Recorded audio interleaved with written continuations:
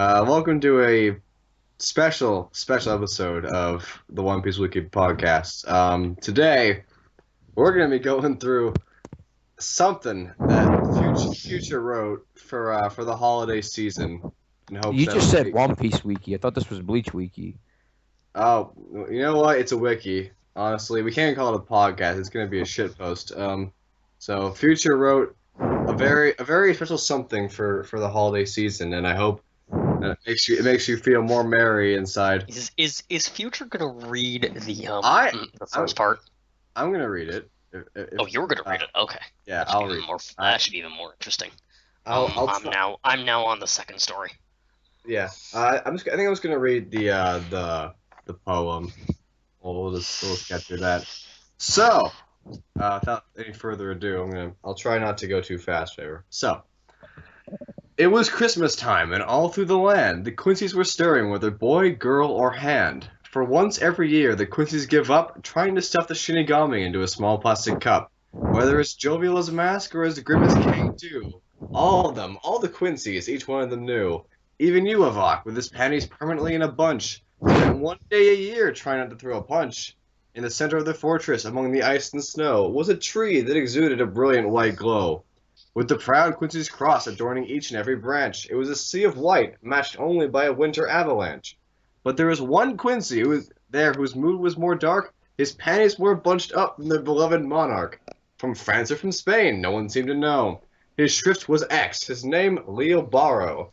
Look at these fools, how much worse can they be? Bouncing around here all brimming with glee, acting like the Shinigami are of no real concern. Year in and year out, when will these fools learn? All of it is an excuse to get out of work, or to kiss up to somebody, said the lone Quincy jerk. This blasted day, Christmas, that all these people love, just makes me want to slap them with my glove. This day, this farce, they all say I'm irate, but there's no other feeling, this day fills me with hate. Hashwolf had said he was being too cruel. Giselle tried saying something, but Leo only saw the drool. Grammy said that this day gave imagination a bump, while Latoto told him, you've got to stick up your rump. Even BG9, who Leo thought had no feeling, had expectations as high as the ceiling. How, said Leo, I expect this from Mask. Santa brings me data, what more could I ask? That name annoyed Leo, 'twas the source of his woes. That jolly old fart with those bright lead clothes. He's the source of all this, of that I am sure. For that fat, old disease, there's only one cure. For my sanity and there's only one thing to do. To stop this foolishness, I know it is true. He sneered a cruel sneer, his eye brimming with cause. To put an end to the nonsense, I must destroy Santa Claus. Christmas Eve came upon the world of man as the X-axis knew it was time for his plan. Just a quick little trip to the gate of the sun. I'll put one between his eyes. Oh, this will be fun. To the sun gate he went, to the top of the world. He sneered once again, his plan now unfurled. He checked through the woods till he came to a stop and saw through a house with a sign that read Santa's Workshop. He peered through the window and saw who was there. 'Twas the elves making toys and the man with white hair. This will be easy, but I need to be quick. And then he crashed through the window, yelling, "Eat lead, Saint Nick!" Santa caused the noise, and to Leo's surprise, he dodged the shot, a quick man for his size. Leo blasted the elves, a little pested they were, and turned to face Santa. His moves like a blur. "Hello, Santa," he said. "Sorry if you've no breath. My name is Leo Barrow. I bring tidings of death." Leo readied his gun, and again to his shock, Santa dashed right behind and dropped Leo like a rock. Leo was stunned. Could it really be so? It can't be, he thought. Was that Shunpo? Santa smirked and said, "Have I brought you to hush?" He took out something, a calligraphy brush. His red eyes went blank, and he smiled with glee as he uttered the words, "Blacken Ichimonji." 'Twas the night before Christmas, and the one in rank stirred as Juavok pondered himself. What was that thought I just heard? The Quincy's gathered round and were dumbfounded to see a large brown sack hanging from the tree. They pulled down the sack, and Leo tumbled out. Now, dressed as Santa, he started jumping about. "Oh, happy day!" he shouted with a fuss. Santa had turned the X-axis into the Xmas. How had he lost his mind? Perhaps there's a pinch. Merry Christmas to all. Nobody likes a Grinch. That was how the X-axis stole Christmas. God fucking damn Peter.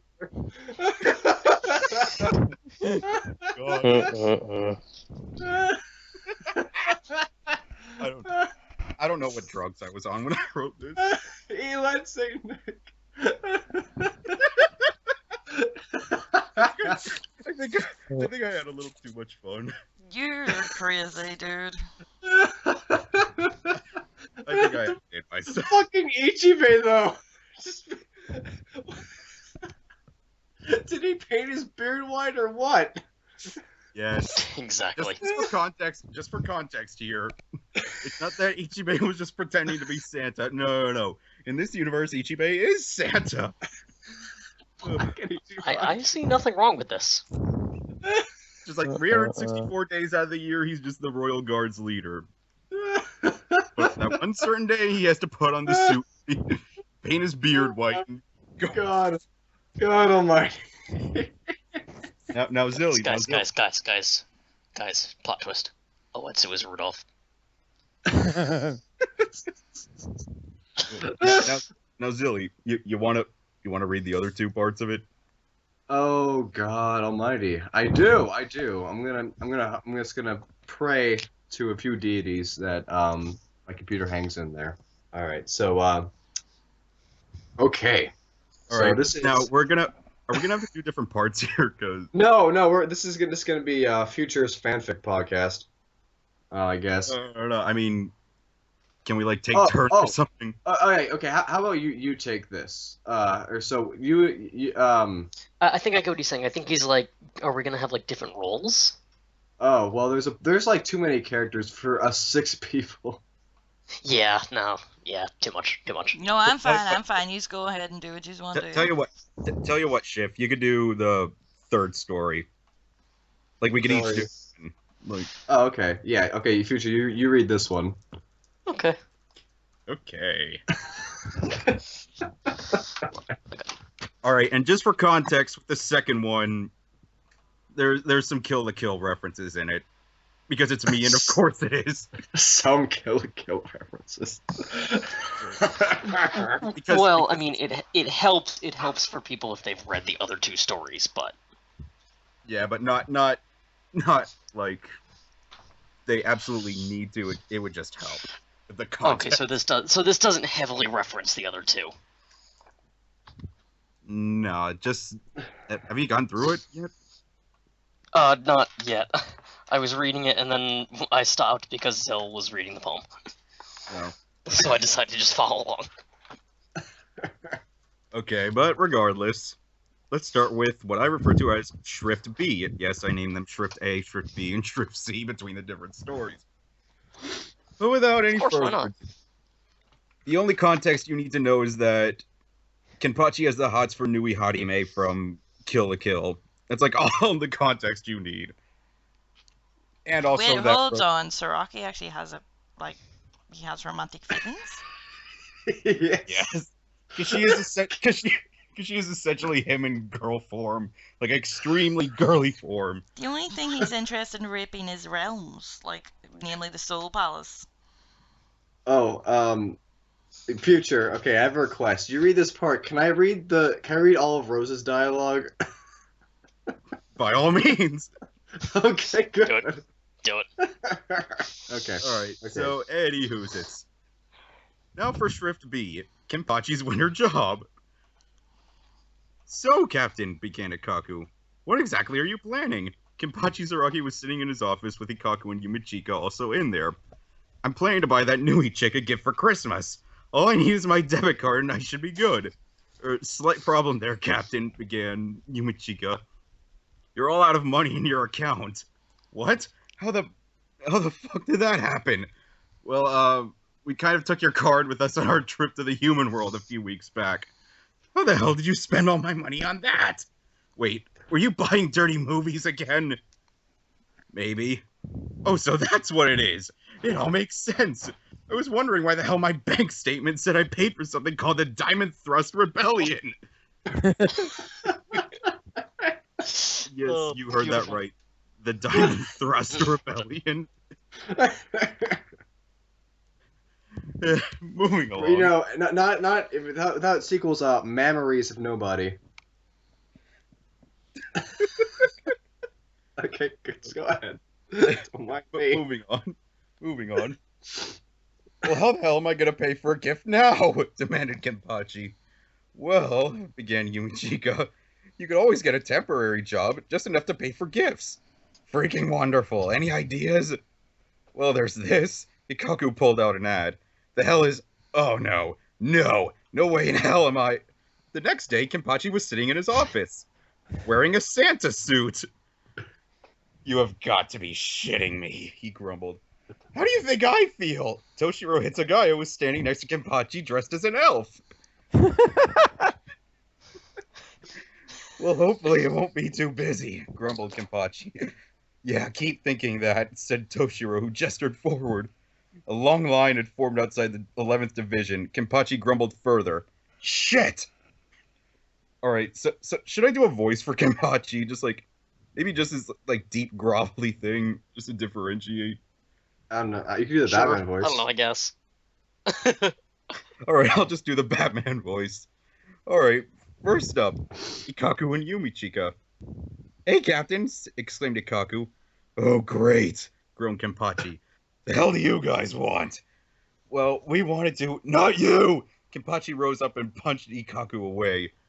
Serves him right for spending all my cash. Alright, what do you want? I was just going to ask for some more movies, said Yumichika. Kenpachi's expression did not change. Get the fuck out of my face with that shit, he said. Part 2. Izuru. Alright, what do you want, emo boy? Said Kenpachi. Psychological counseling, replied Izuru. I hear you on that. What the hell for? Well, not for me, for Captain Otoribashi. Oh. He still thinks he's in a Disney movie?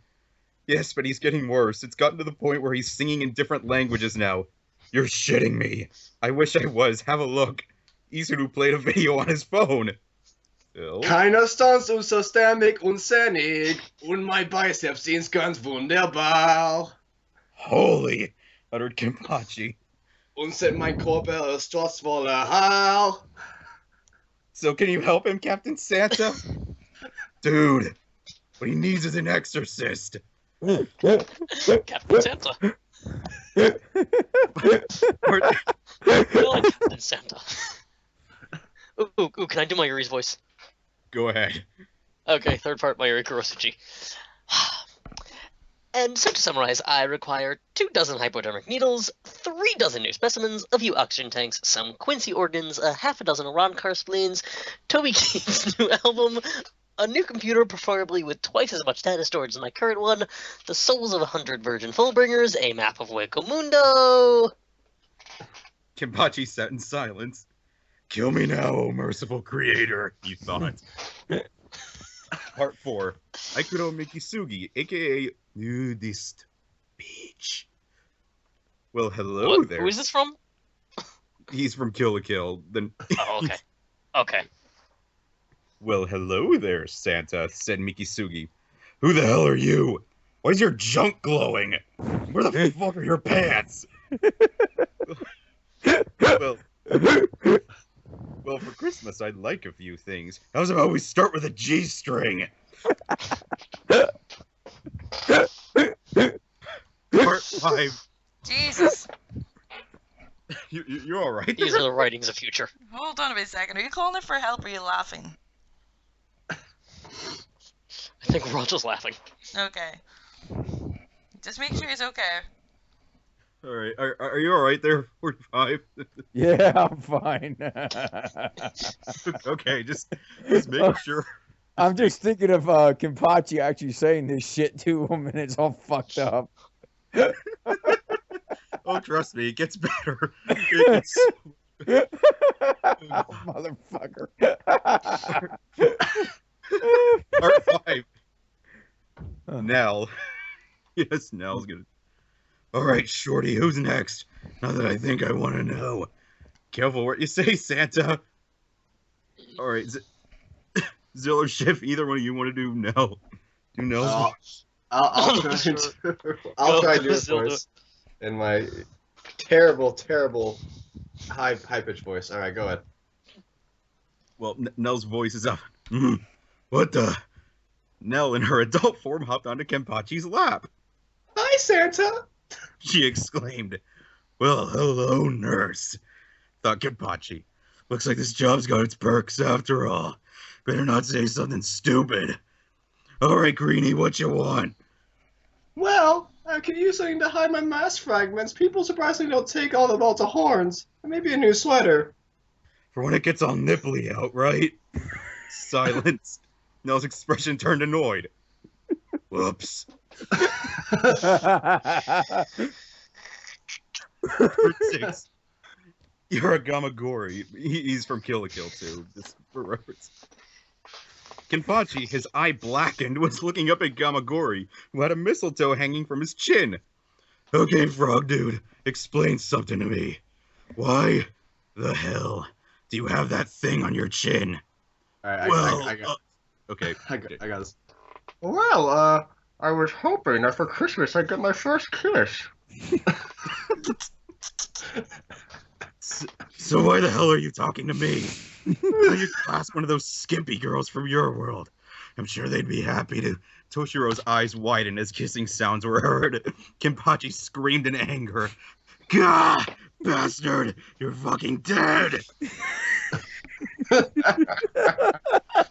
I want to do Grammy. Alright, part 7 is Grammy. Grammy stood before Kenpachi. Hey, Santa. He said with a grin. Kenpachi Oh. growled. Oh, don't worry, I'm not going to sit on your lap. Said the Quincy.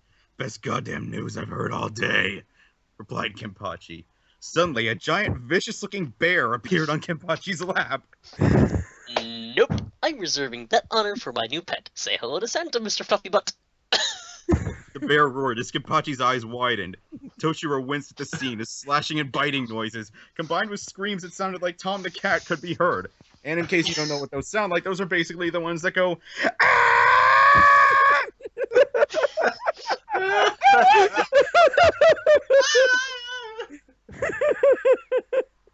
That is basically Kenpachi.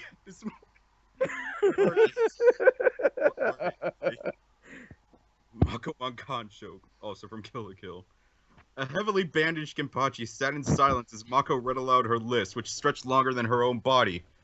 My god, she's worse than Yachiru, he thought. Zil, you want to go?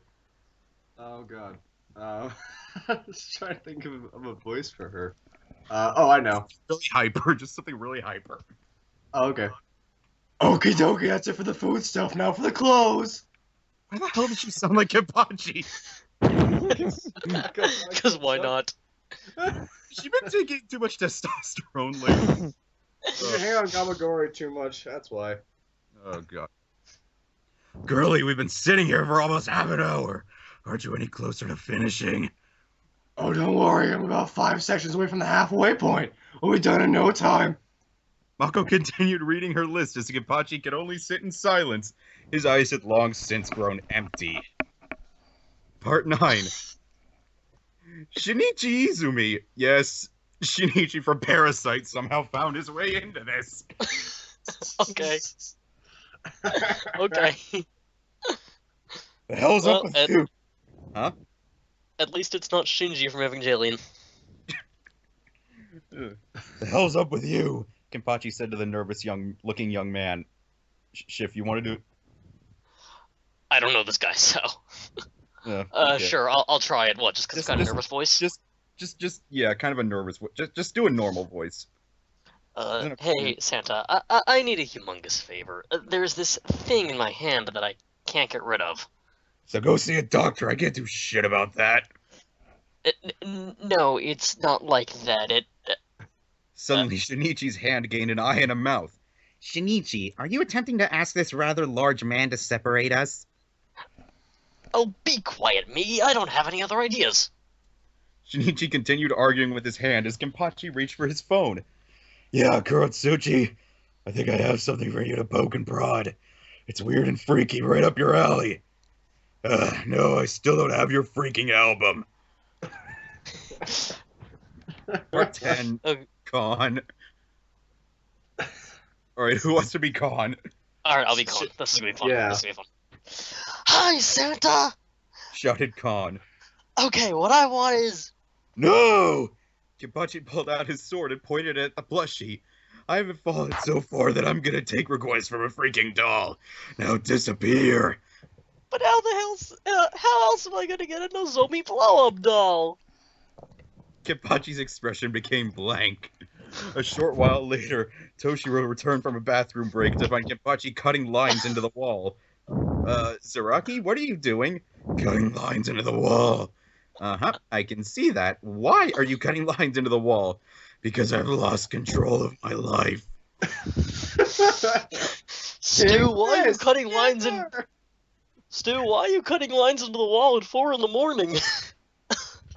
Because I've lost control of my life. Eat this! Never! Alright, last part of this one. Alright. Okay, that should be the last of them, thank God, groaned a defeated Kenpachi. Toshiro looked outside the door. Hold on a sec, looks like we've got one more. Oh, lovely. Alright, send him in. Sooner the better.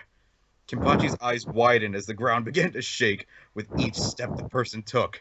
He looked up, and he saw Pepe Wakabrata standing before him with a grin on his face. Kenpachi screamed as Pepe grew closer. No!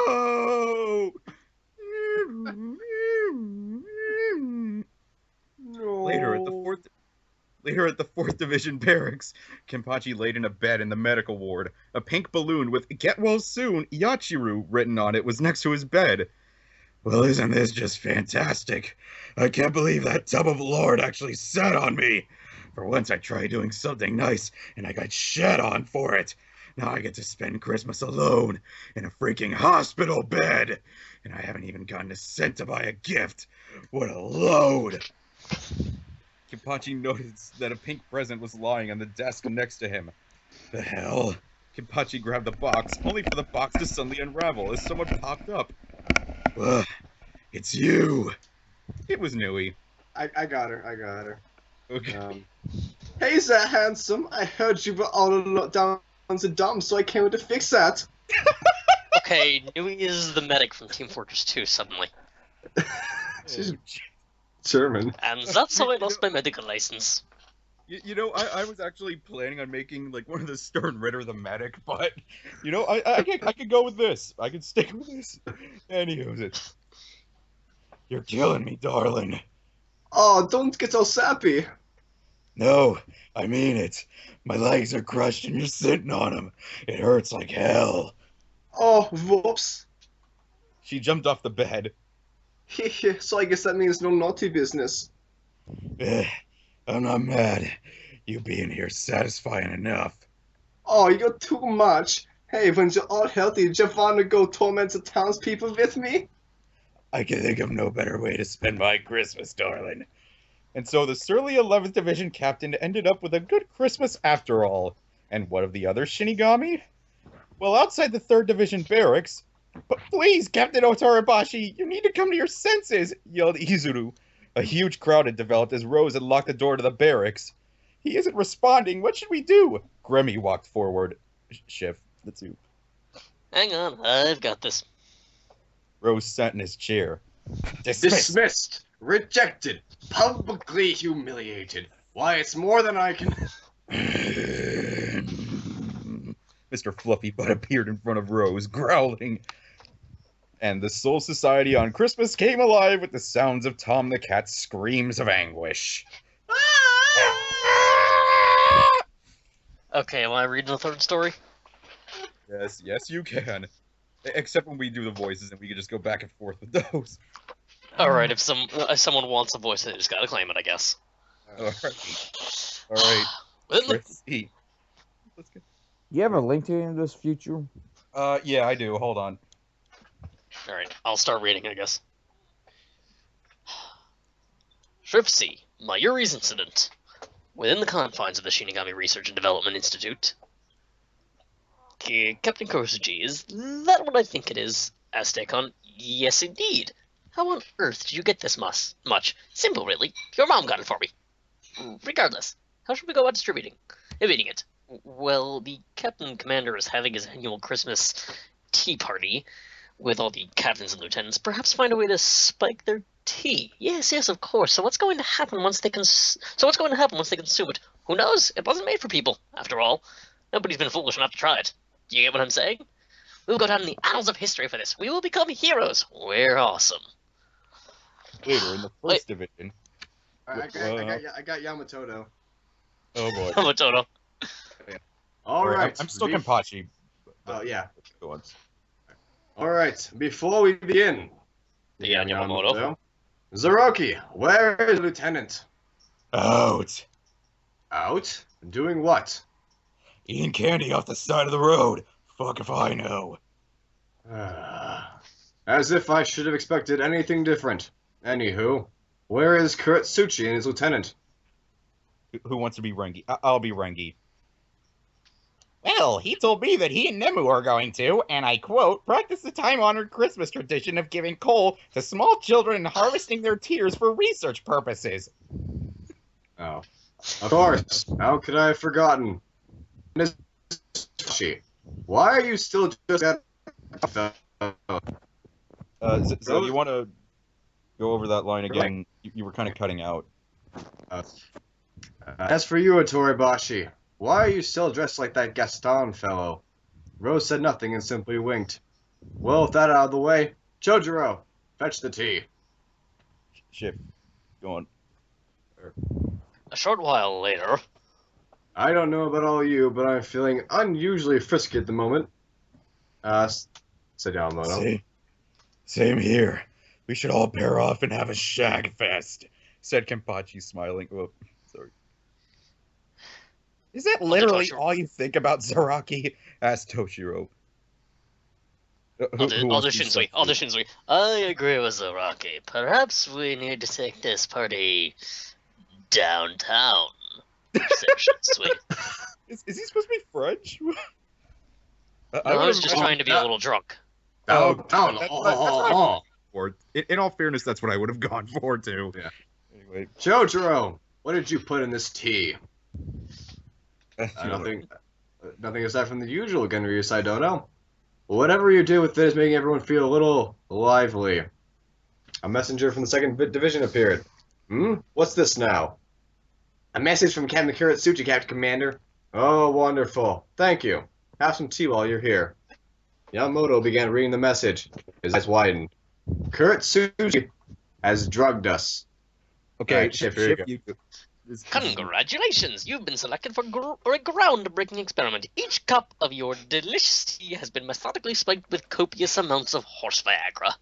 You should all feel honored to partake in this once-in-a-lifetime opportunity. Now prepare yourselves for group hate sex. The room fell silent as everyone began looking around.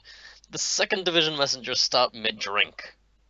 Chojuro, I need you to find the key to the central underground prison. This might get messy. Elsewhere, Mayuri and Akon were watching the video feed. Excellent. It's proceeding as I predicted, said Mayuri. Captain, where are they going? Asked Akon. Later, Sasuke Aizen was sitting in his god chair within Mugen. With his mouth sealed, all that remained was an eye and his own thoughts. Another day, another 24... oh, can I do Aizen? Alright, go ahead. I got it. Another day, another 24 hours of endless nothingness. At least this chair has a built-in toilet. Otherwise, the nothingness would be 200% more uncomfortable. Wait, the door's opening. The Captain Commander? And he has most of the captains and lieutenants with him, along with the Nitsukido messenger. Have they finally come to end me for good? A lot of good. That'll... Wait, they're taking off their... Oh no. Oh no. What is this? Oh dear lord. What's that bald Nimrod doing with that stuff? Is that Kyoraku's lieutenant spanking Kentucky with a book? Dear God, Otoribashi, I didn't think it was possible for a man to have breasts that large. This is absurd. This is my real punishment. They couldn't just seal me here and leave it at that. Oh no, they had to give me a show. A crude, depraved show. Oh my God, Kyoraku, that's not what your hat is for. And doesn't Komamura being here constitute bestiality? Captain Aizen! What? Momo? Why are you looking at me like that? Captain Aizen! Gah! Momo proceeded to lunge at Aizen. Meanwhile, Mayuri sat watching the video feed. He was wearing a cowboy hat and listening to Jimmy Buffett. Captain Kuretsuchi, exactly what data were we trying to gain? Asked Akon. Oh, wake up, you blithering prep. There was no data. This was purely for my own amusement. A Christmas gift to myself, if you will. Uh-huh. You do realize you're not getting away with this, right? Especially since you sent them a note. Oh, right, about that. Do you remember what you were doing 2 hours ago? Not really, now that I think about it. Not really, now that I think about it. Mayuri pulled out a vial labeled Mind Drug. You were writing that letter, of course. Suddenly, two Omni Itsukido members appeared in a room and grabbed Akon, as Mayuri shut off the video feed. What? There you are, drugging the higher members and forging a letter, eh? How shameful! No, wait. The guards dragged Akon away as Mayuri smirked. A few minutes later, Nema walked in. Mayuri-sama, he's getting restless. Oh, bother. Alright, hand me my mask. Shinichi... Who's Shinichi again? He's the main character from Parasite. Oh, right. Shinichi was sitting... Right, from that. Shinichi was sitting in a small room with nothing but a TV. Hey, come on! All I said was that I didn't like country music. That's it. That's it. You don't need to lock me up for that. Suddenly, Mayuri's face popped up on the screen, wearing a replica of Shinji's helmet mask. A test subject has no right to object. Don't you know that country has a lot more heart in it than that dubsteppy crap you kids listen to nowadays? Now then, listen to Uncle Kurosachi. Because I like Kurosachi. Oh, so it's a saw joke. Because I'd like to play a game. It's called Suffer Ironically at the Hands. Get it? 'Cause the hand thing. Of one of the worst films ever made. The TV screen switched from Mayuri's face to a title screen. Manos, the Hands of Fate. Oh god, please, anything but that! Yelled Shinichi. Man, these extra rooms sure do come in handy, said Mayuri over a loudspeaker. God, you are such a tryhard, said Migi. Mayuri returned to his office. He earned the Muken feed back on. No, Bomo, stop! Don't use your sword that way! Merry Christmas, you embryonic troglodytes. And scene. Oh. Future, you are a wonderful author. Hello, darkness, my old friend. Oh, Future. You are an absolutely wonderful author. Well, thanks. I want to see if anyone's talked about it on the subreddit, because I posted it there. Oh god, you did. Oh no.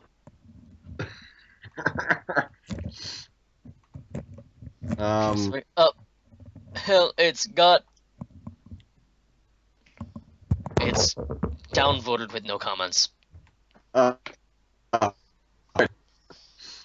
Oh, well, I tried to get it up. Has anyone left a review on the actual page? No, I don't think it has any reviews. Oh man.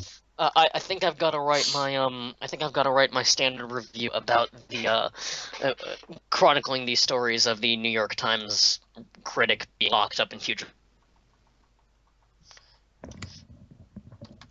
I can explain that. When Future wrote 2 other stories. Hold on, I have to find. Hold on, I find the other 2. My 2 reviews. For his first Bleach Kill la Kill crossover, my review was 8 out of 5 stars. The New York Times reviewer were locked in the author's basement. In my second review, in my review for the second story, seriously, get me out of this basement. I'll do anything. Even call your stories the best things in sliced bread. The same New York Times author as before, now driven to near insanity. So let's see. I think I just need to set a review for the third one. If I can find it.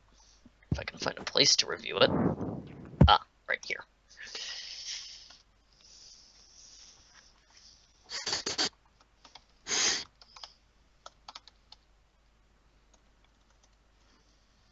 No, I can't think of one. I'll think of it eventually. Alright, no rush. No rush. Son, if you're still conscious, I think we're done. I'm still conscious. I'm just finishing up saving this file. So we hanging up or something? Yeah, Okay, well, cool. so let us know what you thought of random future Yeah. stories, I guess. Oh, by the way, Future, those were motherfucking funny, so good job. Thanks. It Yeah. really does mean a lot. It really does. Well, you did a good job. I mean, the Kapachi funniest in my opinion out of all of them, but I mean, I guess the Batman voice was funnier, but just, holy shit. By the way, I haven't started recording. Do you want to outro it or anything? No. And we've forgotten that the entire thing is titled "A Very Bleached Christmas."